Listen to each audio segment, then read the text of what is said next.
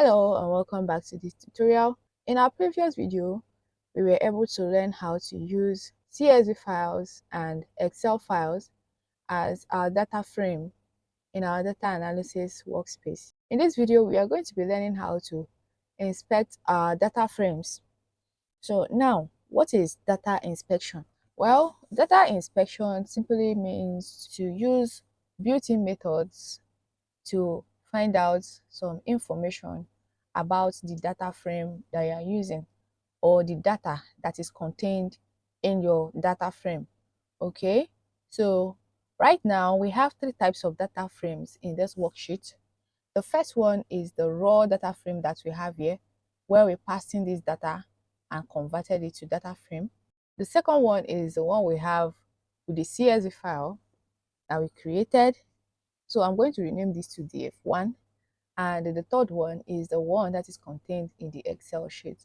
So now, the process of data inspection, data loading, filtering, joining, merging, cleaning is basically the same for all the types of data frames that we have here. So it is the same method that you can use to access or to inspect or even to modify data in your data frame. Okay, so be it the raw one or the CSV file or even the Excel file. All right, so in this video, we are going to start with data inspection. So quickly, I'm going to remove this data that we have here. So this is the data that we use to create our CSV file.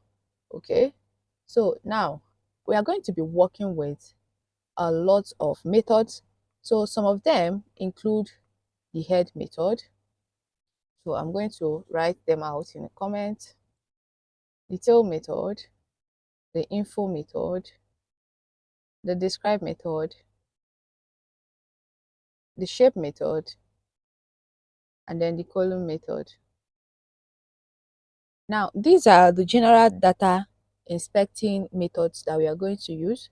And subsequently, we can try to load this data from their individual rows and try to probably know the content or find the mean of that particular row for numerical rows, or probably want to delete some items or fill in some items, update some items. So for the scope of this video, we are going to just focus on inspection. So like I already said, data inspection simply means to use this built-in method to find out general information about all of this data frame. So now we have three data frames, and after this data inspection, because the methods are general to all of the data frames, I am going to be using only one type of data frame. All right, so now I am going to write my print statement so that our outputs or the results of the inspection will be displayed on our terminal. So I am just going to say that I want to print df dot head. Also, I'll print df1 dot head, and also the last one, which is df2 dot head. So now I am going to just comment these other print statements so that we see the outcome of this inspection. So now we have the head value for each and every one of them. Okay, so I think we had this printed twice. So the first one is the normal df that we have, and this is just printing the first three index of what we had. Okay, and the second file has about 10 items in the list, and the third one as well. So, and for each and every one of them, they are printing only the first 5 items on the list. So what does this head method do? Well, the head method will print at least or at most the first 5 rows that you have in that data frame. Okay, so we have only the first 3 items for this data frame. That is the one that we created manually, and that is the reason we have only 3 is because we have only 4 items there. So the fourth item is definitely not going to come out because it is the primary tail. Okay, so when you are referring to the head, you are referring to the first 5 items. Then when you are referring to the tail, you are referring to the last 5 items. So the last item on that data frame, it cannot come out as a head because it is the number one tail, the primary tail, okay? So that is why we have this on our screen. So if for any reason you want to briefly check the content of your data frame, you can use the head method. So like I said, the tail method also is used to check for the last items. So I am going to change this head method for the three of them. So I'm going to just type in, remove this simultaneously, and type in tail. So here I'm going to type in tail at the same time.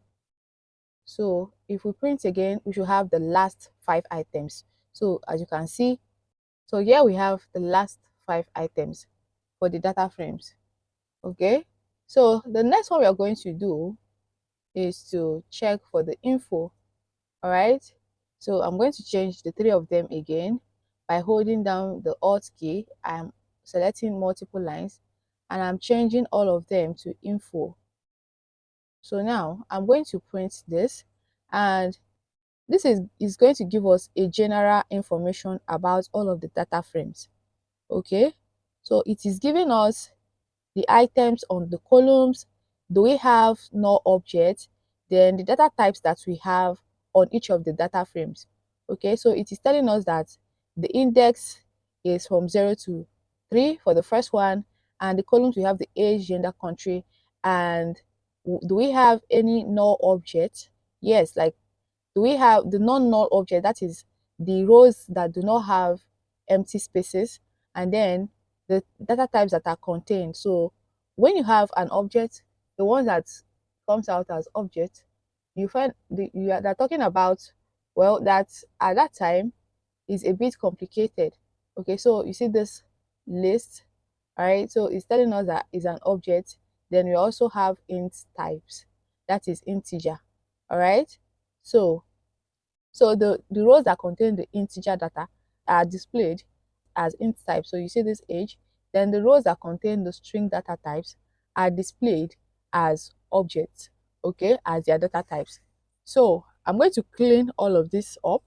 And again, I'm going to change these 3 items, and I'm going to change the method to describe. Okay, so we already saw how to use describe when we were working with series. So the rows, it will give us a general information again, but that is supposed to be like mathematical data for the row. So we are going to try to print this, although we have a lot of numerical columns, although we have a lot of columns that are string based. So we are going to print this again, and we have a lot of integers. So and we have all the data. So you can see now that for the rows that has integer data types, we were able to see the count, the mean, standard deviation, and all other informations that we know, that we already explained in our former video. So the second data frame, the integer, the ID column, and the age columns were also accessed to get the count, mean, standard deviation, marks, and the rest of them. So I hope you understand this.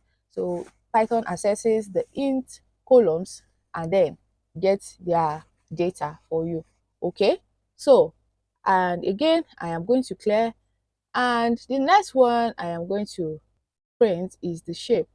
So, and what does this shape do for you? This shape will give you how many rows and how many columns your data frames have.